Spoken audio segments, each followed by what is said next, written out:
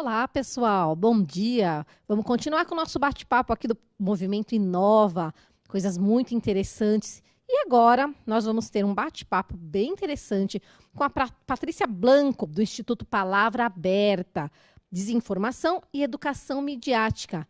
Quem vai seguir junto com ela é o nosso querido professor do Centro de Mídias, professor Antônio. Professor, é com você. Obrigado, professora Fernanda. Bom dia a todos. Estamos iniciando aqui mais um Movimento Inova. É um prazer imenso estar com vocês aqui mais uma vez.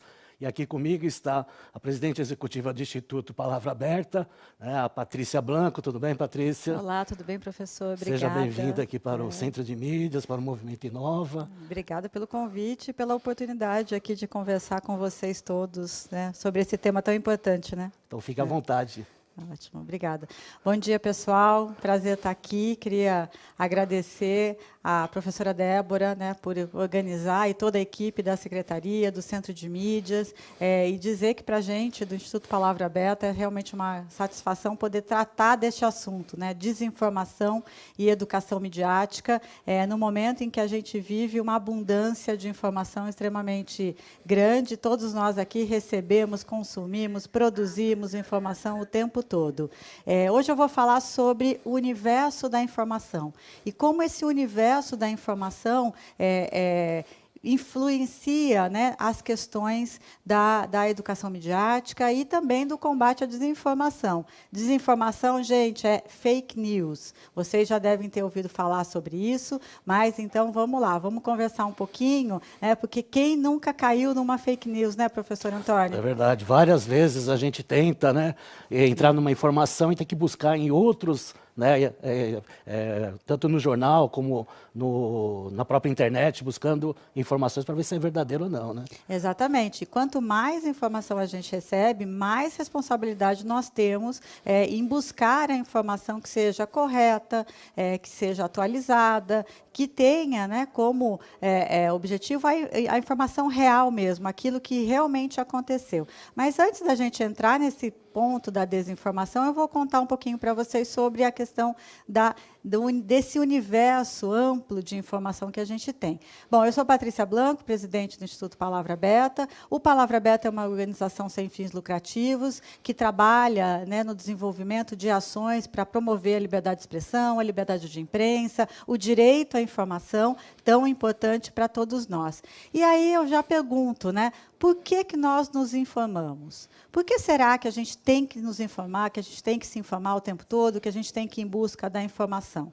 Primeiro, porque informação é um direito humano fundamental. Ele está, inclusive, escrito, né, na Declaração Universal de Direitos Humanos, publicada pela ONU em 1948, é o artigo 19, que diz que todo ser humano tem direito à liberdade de opinião e de expressão.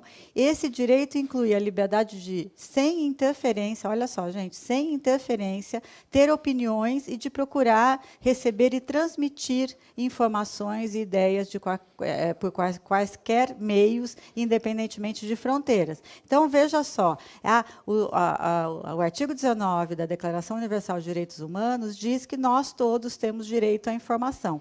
Mas temos direito à informação e é aí que entra a questão de onde buscar essa informação, né? Então, por que nós nos informamos? Nós nos informamos para poder tomar decisões sobre tudo que a gente faz na nossa vida, sobre tudo que nos afeta. Então, informação sobre se existe trânsito, se tem trânsito naquele caminho nosso que a gente vai para a escola, ou que a gente vai para o trabalho, ou que a gente tenha que sair. Informação, por exemplo, sobre o cenário político, estamos em momento eleitoral, a informação sobre o nosso time de futebol. Quer dizer, então, a gente tem direito, e aí a gente pode fazer escolhas que sejam mais próximas das nossas necessidades e dos nossos desafios de vida, né, nossos interesses de vida. Então, é por isso que a gente tem essa necessidade, esse direito de nos informar. Mas aí vem uma questão. Nesse universo todo de informação que a gente vive, Como que nós nos informamos?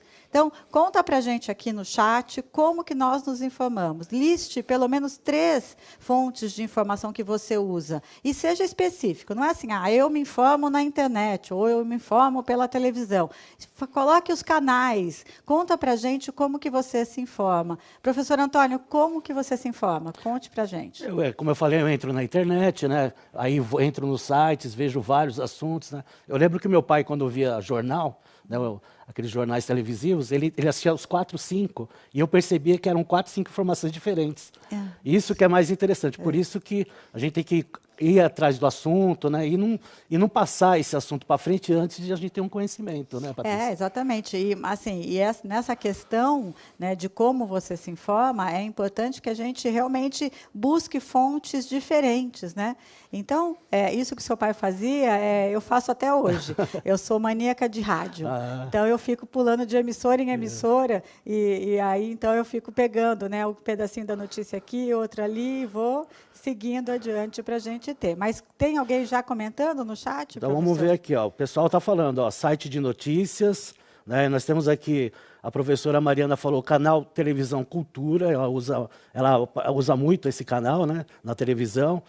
A professora Sônia, eu me informo pelo jornal, né, de várias emissoras, né, que ela cita aqui.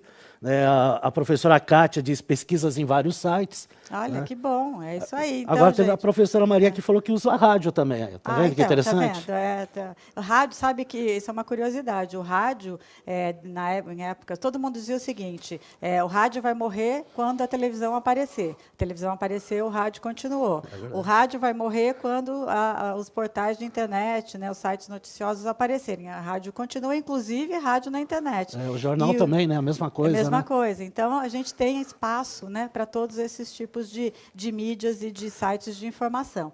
E aí que entra uma questão que a gente precisa avaliar, né, bem, que é o momento que a gente vive. Como eu estava falando lá atrás, a gente vive uma abundância informacional muito grande. É como se a gente tivesse essa imagem do hidrante, né, jorrando informação o tempo todo, e a gente tendo que selecionar qual informação consumir e como consumir essa informação de forma a dar sentido para aquele direito que a gente conversou lá atrás. E aí entra uma questão que essa abundância informacional, ela muitas vezes, ela tem sido gerada por uma questão que hoje todos nós somos produtores de conteúdo.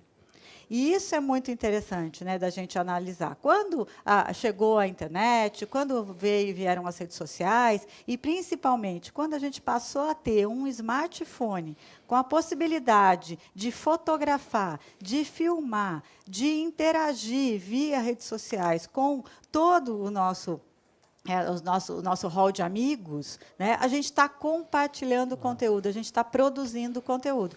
E isso tem feito com que a gente, né, hoje passe a ser produtor de conteúdo o tempo todo, mesmo quando a gente curte um comentário. E aí eu brinco com essa imagem aqui, né, que hoje quase todo mundo pode ser um produtor de conteúdo, inclusive esse cachorrinho aqui com uma câmera acoplada, né, na sua roupinha aqui, que vai chegar, vai fazer um download. Com certeza, esse cachorro deve ter uma página no Instagram, no Facebook, e ela está produzindo conteúdo o tempo todo. O que tem gerado, né, gente, uma certa poluição informacional. E aí a gente fica pensando, né, qual informação é correta? E, então, aonde a gente vai, como que a gente pesquisa isso, como que a gente sai desse ambiente de grande avalanche de informação que gera o que a gente chama hoje da crise da desinformação. Por que crise da desinformação? Porque, muitas vezes, aquela pessoa que compartilha um conteúdo não checou a fonte, não sabe de onde ela veio, não checou se aquela informação é correta, então ela simplesmente repassa com o objetivo de informar o outro, e mais ela está repassando, compartilhando desinformação, o que é muito ruim para quando a gente for pegar aquela informação para tomar uma decisão baseada numa informação que não é real. Por isso que é importante, antes de passar, né, no WhatsApp, em qualquer meio de comunicação, de se informar antes se é verídica essa informação, né, Patrícia? Exatamente. A gente tem uma frase que a gente coloca, na dúvida, não compartilhe. Não adianta você compartilhar naquele impulso que a gente tem de recebe uma informação e fala, vou mandar para o maior número possível de pessoas, porque é exatamente isso que quem produziu aquele conteúdo desinformativo ou uma fake news quer que você faça, que você seja um agente disseminador e que passe para o maior número possível de pessoas, gerando um transtorno, seja para uma pessoa, seja para uma empresa, seja para uma autoridade pública. Então, é esse ato que a pessoa que quer gerar desinformação acredita. E, nesse sentido, né, as redes sociais, principalmente, nos bombardeiam com informações de todos os tipos. Tem aquela totalmente verídica, tem as falsas, e tem outras que não são nem verídicas nem falsas, estão no meio termo. E aí a gente brinca que entre o falso e o verdadeiro, a gente tem 50 tons de cinza aí nesse universo, né? Que é por isso que a gente precisa aprender, né? E antes de passar para frente, saber de onde veio, quem publicou e qual é o propósito daquela informação. Será que quem me mandou quer que eu tome uma ação em detrimento a outra pessoa? Quer dizer, pensa bem, uma informação que fala, por exemplo, vamos pegar aqui, determinado medicamento não faz efeito, ou determinado medicamento faz efeito. Qual é a ação que essa pessoa quer que eu faça? Então, a gente precisa muito prestar atenção nesse repasse de informação, em como a gente interage, né, com essa notícia, né, dita notícia que a gente recebe na palma da nossa mão. E agora, né, nessa questão aí da pandemia, né, esse fluxo de informação foi muito, né, constante, né, ia e voltava, né? Então, é importante mesmo retratar isso. Tem um professor Vicente aqui, ele falou uma coisa interessante aqui no chat. Ele falou, somos protagonistas das informações, então tem que ter responsabilidade. Exatamente, ele disse tudo. Como hoje nós, né, passamos de um ambiente onde nós consumíamos informação de um número pequeno de veículos, né, de que produziam aquela informação. A gente fala que é poucos produzindo para muitos. E passamos para um ambiente onde muitos produzem para muitos. E aí vem a nossa responsabilidade. Então, eu gosto sempre de dizer, a educação midiática, que é justamente ensinar a leitura crítica dessa informação, a produzir esse conteúdo e a participar de forma ética e responsável do ambiente informacional, traz para a gente, para nós, cidadãos, a responsabilidade de combater esse tipo de desinformação. E aí eu queria passar para vocês um videozinho que mostra um pouquinho esse contexto, né, do universo da informação, e depois a gente entra numa conversa aqui que eu tenho algumas perguntas para você que está nos acompanhando.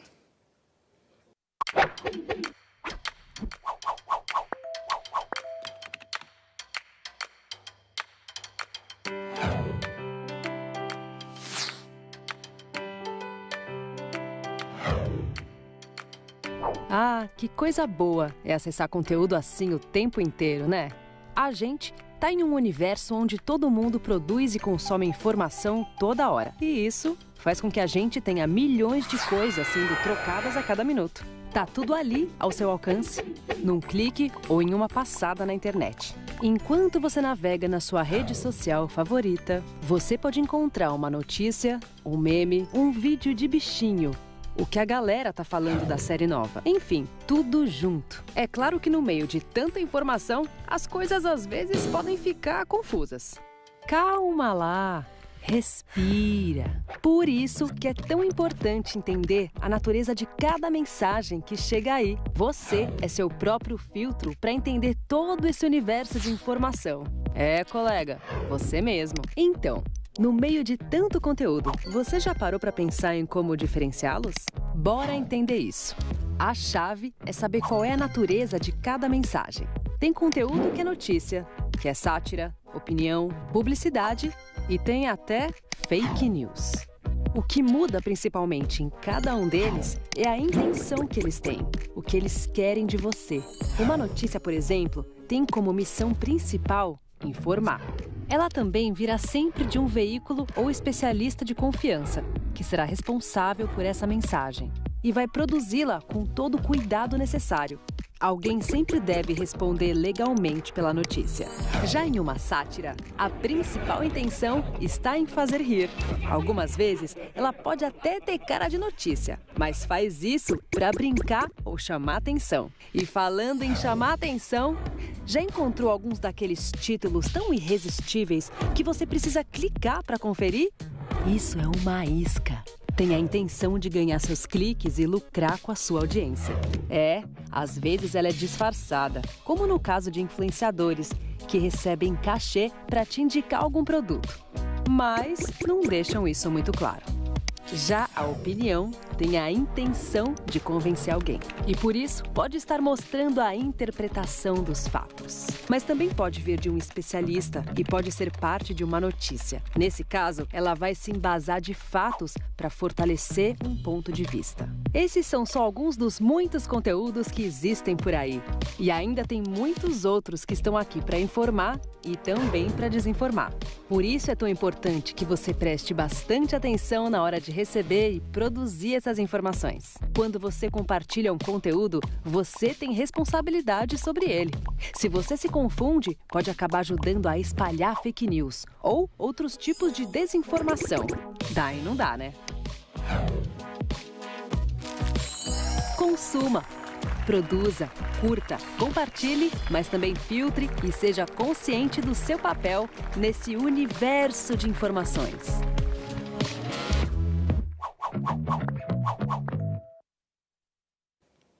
Bom, isso aí, o vídeo bastante interessante, fala sobre o universo de informação, né? Então vamos continuar aqui, né, com esse bate-papo aqui com a Patrícia, que está muito legal. Continue, façam perguntas no nosso chat aqui, vocês estão bastante ativos aqui, mas façam perguntas, né, que a gente passa aqui para a Patrícia e ela vai responder daí no decorrer aqui do nosso bate-papo, né, Patrícia? Isso, muito bem. Mas vocês viram, né, gente, a quantidade de informação que a gente lida e os tipos, né, os gêneros de informação. Então, dentro de uma rede social, por exemplo, na nossa timeline, né, como chama, quando a gente faz essa, fica mexendo, né, no Facebook, por exemplo, no Instagram, aparece de tudo, né, professora? Aparece um conteúdo de um influenciador digital que quer te vender um produto, aparece uma notícia compartilhada por alguém, aparece um meme. Quer dizer, olha quanta coisa a gente tem que lidar no nosso dia a dia para consumir essa informação e, principalmente, como colocado no vídeo aqui, quando a nossa responsabilidade em compartilhar. E aí, né, eu queria voltar a essa questão das fake news, porque eu acho que hoje o nosso grande problema, e principalmente em período eleitoral, tanto no período eleitoral, né, mas também no período da pandemia, a gente teve aí uma avalanche de desinformação por conta da pandemia. Quantas pessoas aqui, aí vocês podem contar para a gente também aqui, receberam informação sobre o medicamento milagroso, sobre aquele passe álcool, beba vinagre, ponha limão, tome uma coca, quer dizer, tudo isso para tentar desinformar. Algumas têm até um fundo de boa intenção, mas que confundem, né? Acabam confundindo demais e a gente não sabe em quem acreditar. Então, a primeira coisa que a gente sempre coloca é com o termo fake news. Fake news ficou fácil. Então, hoje a gente chama tudo de fake news, até aquela informação que a gente não gosta, que é verdadeira, mas a gente não gosta. Então, se é uma crítica, você pode virar para quem fez aquela crítica e dizer, você é fake news, como acontece muitas vezes, né? Então, primeiro, se é fake, não pode ser news. Por quê? Em inglês, fake é falso, news é notícia. E como a gente traduz aqui notícias falsas dessa forma, a gente está jogando o que é uma notícia jornalística, apurada, né, feita com critério jornalístico, nesse pacote de desinformação. Então, a primeira coisa a gente está falando de desinformação. Tá? Por quê? Notícia, ela tem que ser objetiva, ela tem que ser equilibrada, ela tem que apresentar evidências, ela é baseada em fatos. Ela não pode ser um achismo. Eu não posso achar que aconteceu aquilo. É um fato. Caiu uma cadeira, é um fato. Eu posso ter pontos de vistas diferentes em relação àquele fato, mas a cadeira caiu e eu vejo do lado direito, você vê do lado esquerdo, mas o fato é que a cadeira caiu e a notícia tem que publicar isso, tem que noticiar isso. E, principalmente, a notícia, quando ela é feita por um veículo jornalístico, por um jornalista profissional, ela tem autoria, ela pode ser responsabilizada, essa pessoa pode ser responsabilizada pela matéria que ela escreveu, pelaquela informação que ela trouxe. Porque um veículo de comunicação, ele tem endereço, ele tem CNPJ, ele tem editor responsável, e se o jornalista comete um erro, qualquer pessoa que foi afetada por aquele erro pode pedir reparação a esse. O que não acontece no caso de uma desinformação. Porque quantas vezes a gente recebe, principalmente em correntes de WhatsApp, né, áudios, né, que são áudios atribuídos ao médico fulano de tal. Gente, como que a gente checa um áudio? Como que a gente sabe que aquela voz não é de um imitador, não é uma voz que quis se passar por aquela pessoa? Então, veja a dificuldade que tem em checar uma informação e verificar a fonte, né, professor? Até a professora Silene aqui, ela falou uma coisa interessante. Seria importante responsabilizar quem envia fake. A primeira pessoa, não é possível ainda? Não, esse ponto é complicado, porque a gente, ao responsabilizar uma pessoa que envia algo que é desinformação, ele pode enviar por total desconhecimento. Então, a gente tem que responsabilizar quem cria aquela informação com o propósito de enganar, que é o contexto real do que é uma fake news, né, do que é uma notícia feita para realmente... Uma notícia que a gente não chama nem de fake, a gente chama notícia fraudulenta. E aí, dentro desse ambiente, eu gosto sempre de falar que a gente precisa identificar, primeiro, os gêneros. Né? O que é o quê?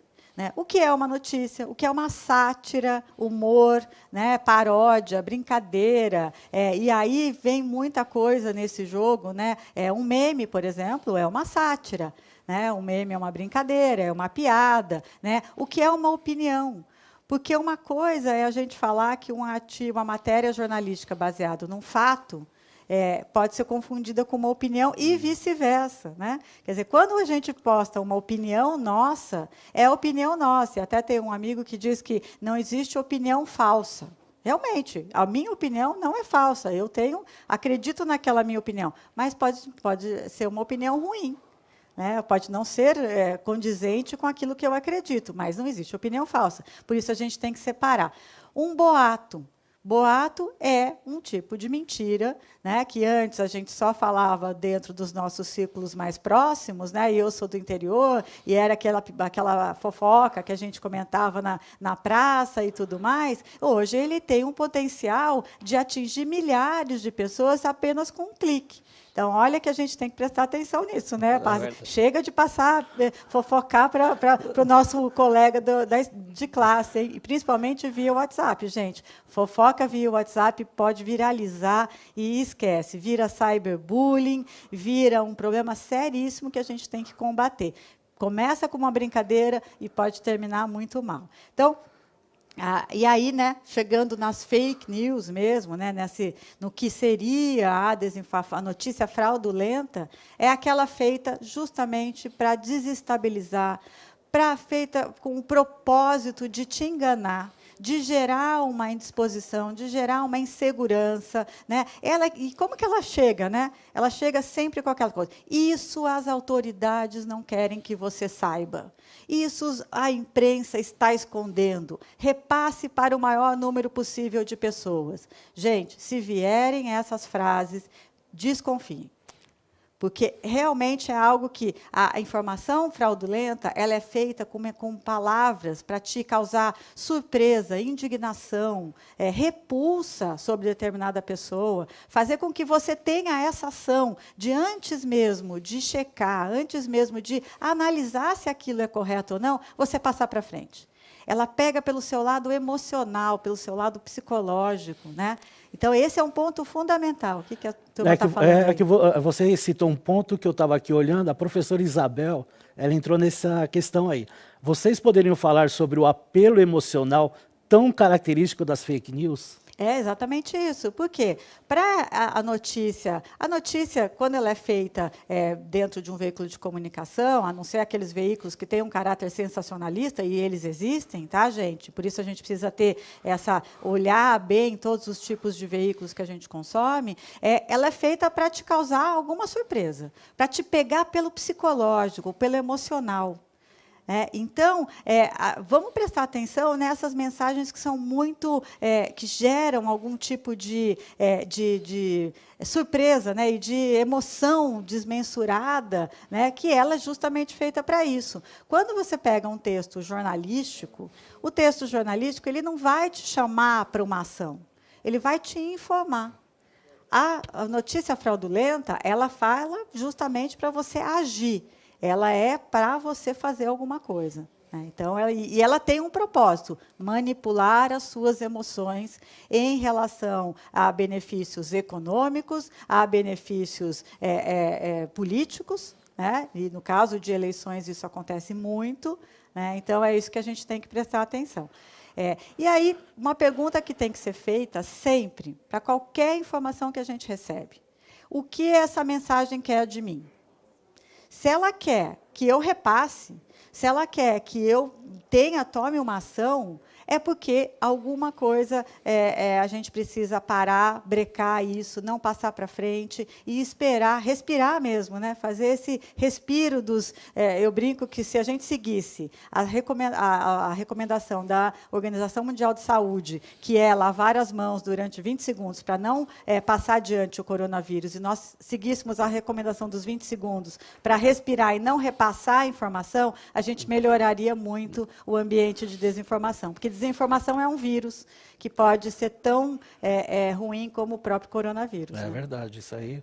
E o pessoal está falando isso mesmo, que o maior problema dessa questão da informação é o fake news e saber, né, o que é o fake news e quando não é. Tem até alguns que até falam, tem gente, sério que tem gente que não sabe ainda o que é fake news? Tem, porque é numa questão nova, né, e o que nós estamos fazendo aqui, a Patrícia está deixando claro, né, é uma posição sobre as questões aí do fake news. Né, ninguém está ensinando o que é fake news. Né, o que acontece, né, até por questões emocionais. Então é interessante essa palestra. E tem o professor Roberto que perguntou, né, acho que ele deve ter vindo depois, né, nós estamos aqui com a Patrícia Blanco, que é a presidente executiva do Instituto Palavra Aberta, então ela está aqui novamente apresentada, porque alguns devem ter chegado depois e não sabia o seu nome. Bem-vindo, professor Roberto. Vamos lá. Então, o que a gente coloca, né, o objetivo aqui e o que a gente quer trazer para vocês é que toda a informação precisa ser analisada criticamente. Ela precisa que a gente tenha um olhar para ela de interrogar essa informação. Da onde ela vem, qual é o propósito, como ela foi feita, o que ela quer de mim, né, como aquela informação que a gente tinha colocado anteriormente. E aí eu tenho aqui, a gente tem uma série de materiais que a gente desenvolveu lá no Palavra Beta, no programa do Educamídia, que é a educação midiática, né, o programa de educação midiática do Instituto, no educamidia.org.br. A gente tem algumas dicas. Né? Então, por exemplo, a gente fala muito sobre a questão do propósito da mensagem. Então, chega uma informação para mim. Qual é o propósito? O que eu tenho que analisar? Né? Então, eu tenho que ver, por exemplo, como ela foi feita, né? Qual é a opinião, se ela foi feita para documentar, para influenciar, para informar, aí é o jornalismo, né? Se ela foi feita para persuadir, para entreter, né? Qual o propósito dessa informação? E, com isso, a gente consegue entender um pouco mais o que é uma informação verídica e separar dessa informação que seria uma informação falsa, uma informação feita para te manipular. O fato é que, gente, de novo, entre o falso e o verdadeiro, existem nuances. Tá? Então, você pode, por exemplo, criar uma narrativa a partir de uma informação verídica e criar uma posição, que aí a gente entra já em teorias de conspiração. Por exemplo, você pega o dado de mortes do número de Covid e tenta comparar com outros números para criar uma narrativa que não morreram 150 mil pessoas. E aí você tem que se basear o quê? No dado em critérios técnicos, objetivos, e não em opiniões. Esse é um ponto que é fundamental. Então, por isso é tão difícil, viu, professor, criminalizar ou responsabilizar quem passa para frente. Porque, às vezes, a informação vem tão bem embalada, vem tão bem ali colocada, que confunde até quem lê rapidamente aquele texto e aí passa para frente. Então, por isso, a necessidade da gente ter uma leitura crítica de toda a informação que a gente recebe. A professora Josana até escreveu aqui até uma questão até sensível. Discurso de ódio é utilizado e pode ser baseado em fake news. Com certeza. Discurso de ódio hoje é um problema seríssimo, porque ele pode começar, inclusive, sendo feito por uma piada, por um meme. Então, você pode colocar um meme de uma figura conhecida e embutir nesse meme, que é o meme é uma linguagem de humor, é uma linguagem satírica, né, de uma realidade. Mas você pode embutir nesse meme uma mensagem preconceituosa, uma mensagem de ódio, uma mensagem de intolerância contra o outro. E aí, olha quanta coisa pode vir numa simples figurinha, num simples meme que a gente recebe por WhatsApp, ri e manda para frente. Gente, meme de machismo, de intolerância, de preconceito em relação ao outro, seja qualquer tipo de outro que a gente esteja falando, ele é uma linguagem que promove muito o discurso de ódio. Né? E aí, ao compartilhar, né, esse conteúdo sem refletir, a gente tem sempre que se perguntar se nós estamos contribuindo para espalhar essa desinformação e para espalhar esse discurso de ódio, esse caráter intolerante da informação que a gente recebe. E aí, o que a gente deve fazer? Né? Então, assim, é muito simples. A gente tem que praticar uma coisa que a gente chama do ceticismo saudável. Não é não acreditar em mais nada, ser cético. Eu não acredito em mais nada. Não, gente, não acreditar em nada é ruim para todos nós. A gente precisa acreditar em alguma coisa. A gente tem que ter essa crença nas instituições, a gente tem que ter crenças nas leis, a gente tem que ter crença na justiça, a gente tem que ter crença, senão a gente não sobrevive, né? Então, mas a gente tem que praticar o ceticismo saudável. O que é esse ceticismo saudável? É a gente questionar a informação, é a gente se colocar como um agente que vai interrogar aquilo, que vai perguntar por quê. E aí a gente gosta dessa frasezinha aqui, que é o epa, peraí, o quê? A gente recebe uma informação. Epa, né? O que ela quer de mim?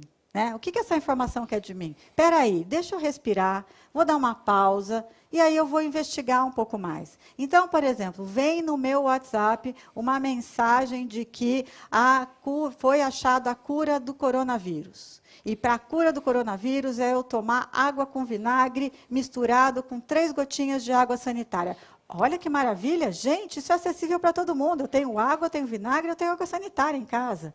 Olha o risco sanitário de saúde que a gente corre. Então, peraí, o que será mesmo que se eu colocar 3 gotinhas de água sanitária não vai me fazer mal e vai matar o coronavírus? Gente, vamos prestar atenção antes da gente passar para frente e, principalmente, de novo, aquela frase que eu adoro, na dúvida, não compartilhe. E aí a gente tem outras dicas aqui, né, que podem descer um pouco mais e, se você ficou interessado, né, em querer saber mais daquela informação, tem 4 movimentos que a gente chama do movimento de checagem, né, da informação. Ela tem o EPA, que é o pause, né? Então, pausa. Ela tem o Q, que é investigue a fonte. Lembra, gente? Fonte não é quem mandou.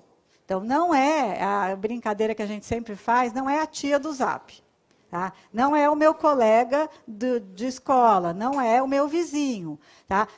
Fonte é quem produziu, é quem escreveu. Então, aí vem a dificuldade, de novo, né, de passar. Porque a gente recebe uma informação achando, não, foi meu conhecido que mandou. Mas o seu conhecido recebeu de quem? Né? Quem que ele investigou? Será que aquele áudio, lembra aquele áudio que eu comentei do médico, que tinha falado, será que o médico parou tudo o que ele estava fazendo para te mandar uma informação exclusiva? Para você repassar para todo mundo? Vamos desconfiar, né, gente? Como que é que a gente brinca, né? Quando o santo é demais, quando o milagre é demais, até o santo desconfia, né? Então, vamos prestar atenção nisso. O terceiro passo é busque informações mais completas.